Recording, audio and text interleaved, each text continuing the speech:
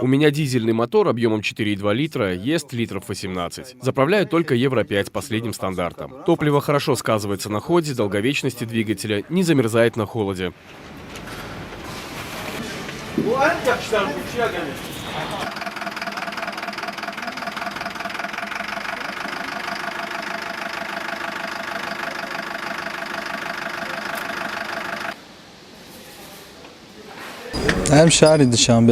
Я из Душанбе, лет 5 уже занимаюсь грузоперевозками. Машина не старая, трудностей с ней не бывает, только садишься и возишь. Но вот ждать невыносимо. Грузят, отгружают машину, а ты сидишь и ждешь. Это утомительно.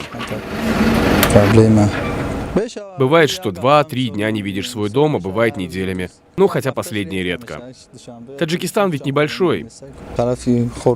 Были в Хороге, друг залил некачественную солярку, и она просто замерзла, из-за чего он не смог довести груз и был вынужден сделать дорогостоящий ремонт. Зимой нужно основательно подготовиться, взять цепи на колеса, залить Евро-5. Только Евро-5 чистая, не замерзает в холода, расходуется экономно.